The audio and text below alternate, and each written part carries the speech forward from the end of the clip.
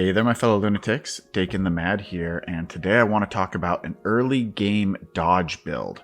We're going to try to get our dodge as close to the 90% cap as possible, but we're not going to quite reach it there. You can't quite get there with those early game builds, but we're going to get as close as possible. So, what does a dodge build do? How good is it? The early game dodge build is pretty useful for roaming around.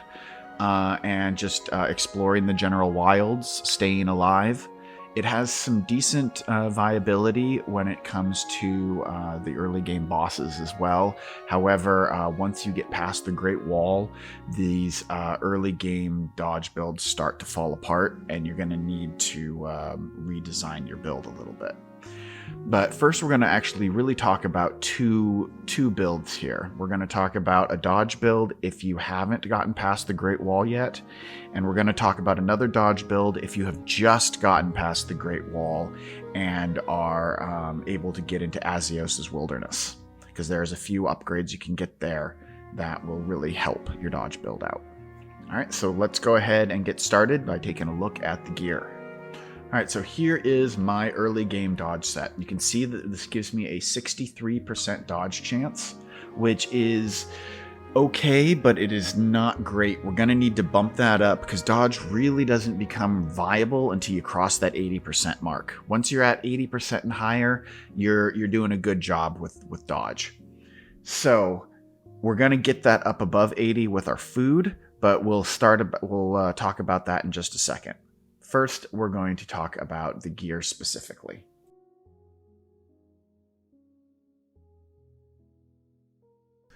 So first, we've got the spooky blanket that gives us a 6% dodge chance, and you get this with the Halloween event. So if you need to, you can go into your settings, turn on the Halloween event there, and be able to get the Sawwind bags, which drop off of various creatures, allowing you to get this goodie bag. Next, we have got the Caveling chest. The Caveling chests drop off of Cavelings within the Forgotten Ruins. So just head over into the stone biome. This will give you a 6% dodge boost when reinforced. Same thing with the Caveling pants here. You can get those off of Cavelings in the Forgotten Ruins. This also gives you a 6% dodge chance. Then we've got the Cave Guppy necklace. This gives you a 6% dodge chance, and you can get this by fishing within the dirt biome.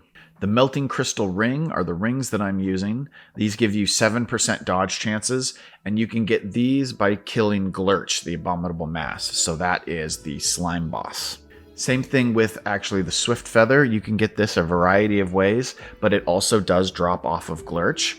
You can also get it by breaking various wooden chests within the dirt and clay biomes. Last, I just have Gorm's stomach bag. I got this off of Gorm. It doesn't benefit the build in any way. It's just the bag that I feel would be a good appropriate bag to have at this stage. So with all of this, you're going to end up with a 60% or 63% dodge chance.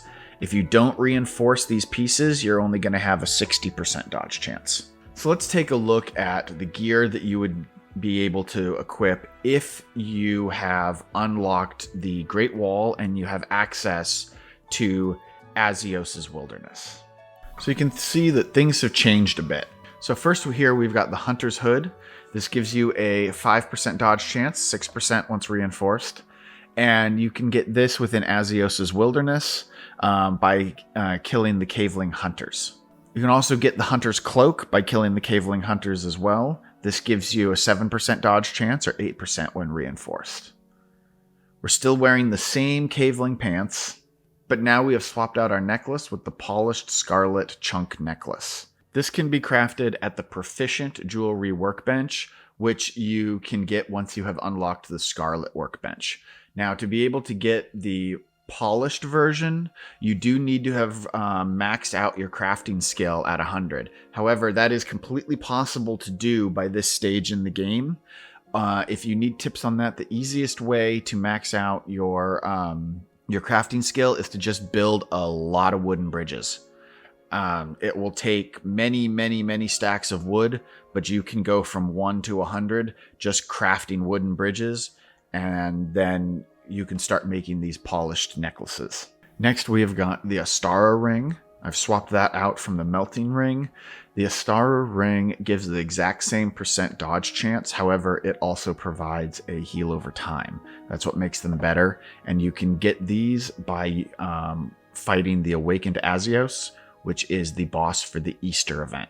Go ahead and check out my Easter video for details on how to summon and fight the Awakened Azios. However, if you don't want to deal with that, the melting rings still work just fine. You just don't have that 2.3 healing every second. And then I've replaced my Dash Feather with Azios's Dash Feather. You can get this from killing Azios in Azios's Wilderness. This is just a slight upgrade from the Dash Feather. It gives you a movement speed boost as well as the offhand dash boost. And that dash boost is slightly better. Other than that, everything stays the same, but this one gives us a 71% dodge chance. So what kind of weapon are we going to use in this build? Well, you've got a couple of options. If you're doing a ranged build, then the Iron Bow is my personal favorite. But you also cannot go wrong with the Fireball Staff. Whichever one of these you want to use or you prefer to use, both of these are excellent ranged weapons if you haven't gotten past the Great Wall yet or if you've just torn it down. If you're looking at melee, the Broken Handle is a good all-around weapon. It's fast, it's got great damage, and it improves your health. You can't go wrong with the Broken Handle. But you also, if you manage to get this off of the Hive Mother, the Battle Axe is also an excellent weapon to use. It's a little slower, but it does really good melee damage, and it swings in an arc, which is really great as well. And then you also could go with the Larva Spike Club because of its sheer speed, its excellent damage, and the knockback chance doesn't hurt either, especially if you end up getting swarmed by large groups. This is craftable at the Hive Mother statue after you activate it. So any of these weapons make excellent choices, whether you're ranged or melee, and all of them are available before you have taken down the Great Wall.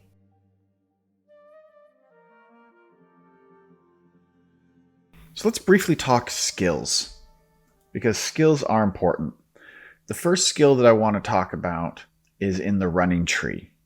There is the balanced stance skill. You gain a 25% dodge chance after standing still for a short duration. Now, even at the point where you're taking the Great Wall down and you have just gotten into Azios's Wilderness and even right before, you should have gained enough points in running to be able to max this skill out. The one that is, however, a bit more optional is in the fishing tree. I don't have it selected right now because I'm assuming that most people at this stage in the game will not have this. But if you can, Studied Patterns is an excellent skill. When it's maxed out, you'll gain an additional 10% dodge chance. And if you can do that, then it makes even this early game build much, much more viable. I know fishing is kind of boring, but check out my fishing guide on how to get your fishing skill raised up and try to get that studied pattern in there because that will really make a difference. I'm going to leave it off right now because, again, I'm assuming most people won't have it, but I do highly recommend it, especially if you haven't gotten past the Great Wall yet, because it really does take that early game build and make it go from this will work to yes, this is definitely a viable build. That 10% makes a huge difference. All right, I'm going to stop beating this dead horse and I'm going to move on to food. Let's talk food.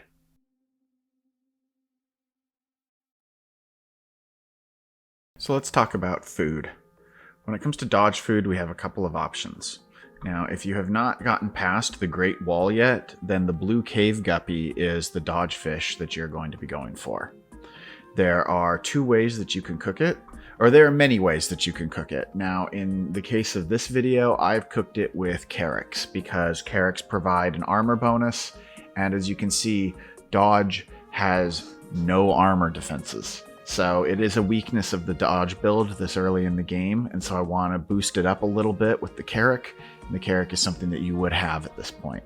It's also possible that you could have access to golden Carracks by this point if you have spent the time to get your gardening skill all the way up to max. So if you do not have the golden Carrack, then you would end up with the Crunchy Guppy Fillet. Now, the green version gives you a 5% dodge chance, and the rare version gives you a 6% dodge chance. If you do have access to golden carrots, it gives you a different food. It gives you the rare blue stone dip snack. This also, however, has a 6% dodge chance, just like the Crunchy Guppy Fillet. But you do have a chance to get an epic version, which will give you an 8% dodge chance. If you have gotten past the Great Wall, then you would have the ability to fish in the Sunken Sea. And if you can fish in the Sunken Sea biome, you can get the golden dartfish. And if you can get the golden dartfish, then you can make the golden stone dip snack. This provides a 14% bonus to dodge chance for the green version, and it provides an 18% dodge bonus for the rare version. And then the epic version can give you a 21% dodge chance. Now, you'll only get the epic version if you use golden carrots instead of regular carrots. So again, you'll have to have maxed out your crafting skill or your gardening skill to be able to get these golden ones. But they're the best with that 21%. So how do all of these numbers change what my ultimate dodge chance ends up being? Let's look at the builds with the food. So here we have our Crunchy Guppy Fillet, our rare Crunchy Guppy Fillet, and essentially the epic version, which would be the epic blue stone dip snack. Each one of these gives a progressively better dodge chance. And at the moment, we are in our pre-Great Wall dodge build here. So at the moment, we've got a 63% dodge chance. Let's start eating this food and see what we get. So first, we have got the green one. This changes it up to a 68% dodge chance. This is fine for roaming around in the wilds, but it really isn't that great when you're fighting bosses. It will be okay against Glurch and maybe against Gorm, but you're going to have problems with Hive Mother using this build, especially in hard mode. So now that we have eaten the rare one, we only go up to 69%. That is not much of a difference, and that really doesn't change my assessment of anything here. Finally, we eat the epic version, which takes us up to a 71% dodge chance.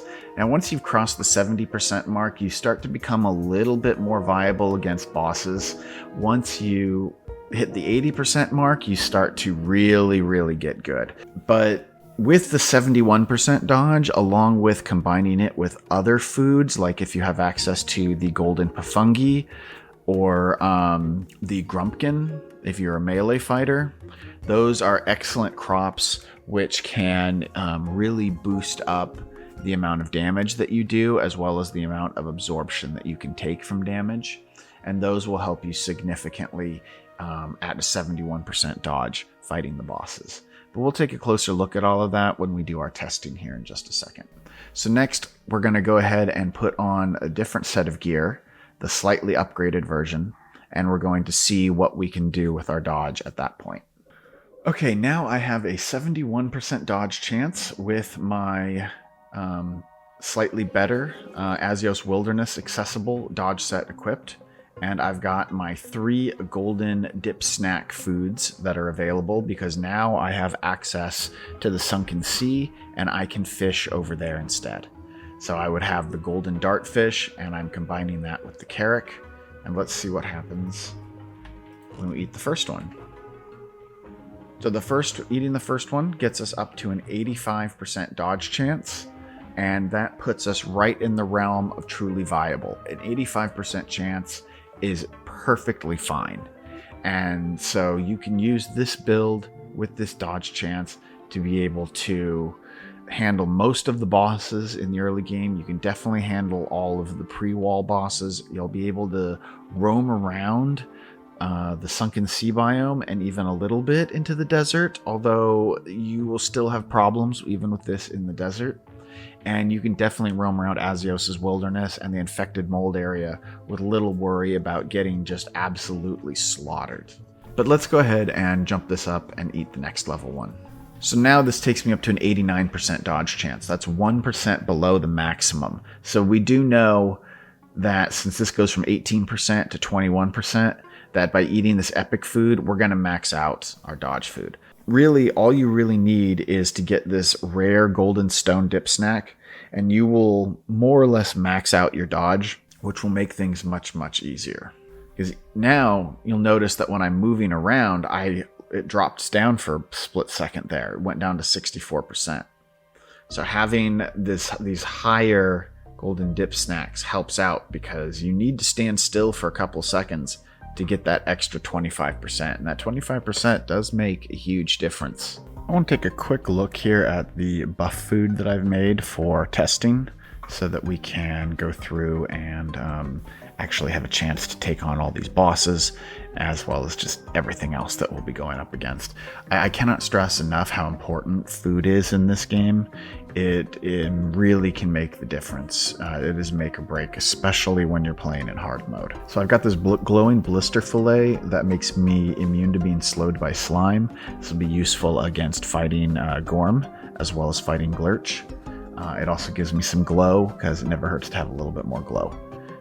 This is made with the glow tulip and the yellow blister head, which you can fish this up in the clay caverns. Next, we've got the spicy blister fillet. This makes me immune to acid damage and gives me a movement speed boost. I get this with the bomb pepper and the green blister head. Again, this can be fished up in the larva, or in the acid in the clay caverns. Next, we've got the shiny palace fish balls. This is a melee one. However, it does also provide a critical hit boost, so you can use this if you're doing melee or not. However, this is primarily melee. It gives me a 3.3% boost to melee attack speed. It gives me a life on hit for melee, but it also does give me a critical hit chance in general. And that critical hit chance will work for ranged as well. So I get this with the pink palace fish, which I can fish up in the Forgotten Ruins, and the shiny larva meat, which you get from killing larvae. Next, we've got the hardy palace fish balls. This is a ranged one. This gives me a ranged attack speed boost, but it also gives me a max health boost. So it's useful for melee as well because of the max health boost. You get this with the teal palace fish, which you can fish up in, again, the Forgotten Ruins, as well as heartberries. Then we have the puffy worm fish balls. These are primarily again for ranged, but this will work as well for melee because it does give an 8% reduced damage against bosses. So that's useful for boss fights for whether you're melee or ranged. But then we also do get a 22% boost to range damage, and that's why this makes it primarily ranged.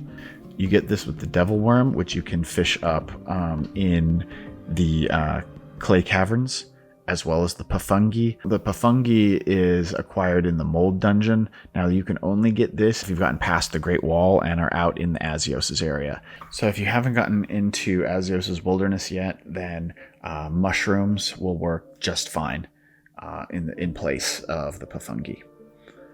Last, we have the Rocky Lump Shrimp, which gives me a boost to mining damage as well as melee damage. So this one is exclusively for melee. If you're not doing melee, you don't need this one. This food you get with the Rockjaw, which you can fish up in the dirt biome, as well as the Grumpkin, which you get this seed from the Samhain bags during the Halloween event. Alright, so now that I've got all of these various buff foods, we're going to eat all of that and start killing a few bosses and exploring around the wilds and see how well we do. Please keep in mind that all the testing that I do is on a hard mode world, so if you're not playing on a hard mode world, it's going to be a little bit easier for you.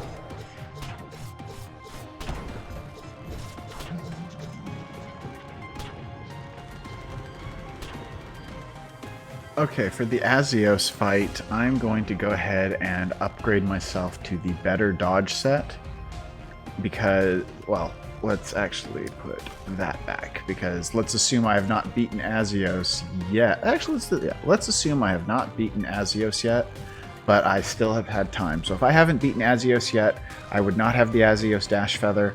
I would not have the Astaro Rings. However, everything else here I could have.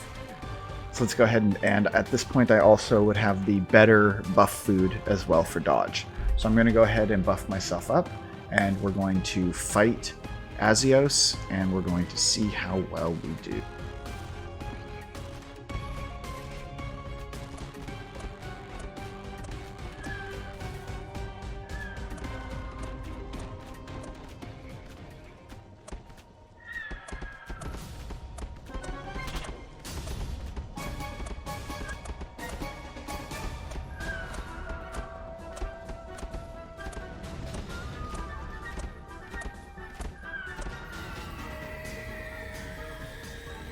And so there you have it, folks.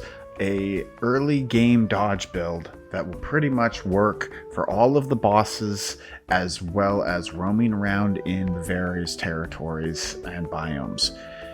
Dodge is an excellent build set, and you want to get yourself as close to that 90% mark as you can. As you can see, I've gotten it to 89% with this one. And as soon as you do 70% or higher, you're really going to find that dodge really does make a difference. It is one of my favorite builds, and I will shout its praises from here to the end of time. I love it. I love it. Anyway, I hope you enjoyed this video. And if you did, please be sure to hit that like button and share with your friends. If this is your first time at my channel, please be sure to subscribe so that you don't miss out on any Core Keeper content. And until next time, stay crazy.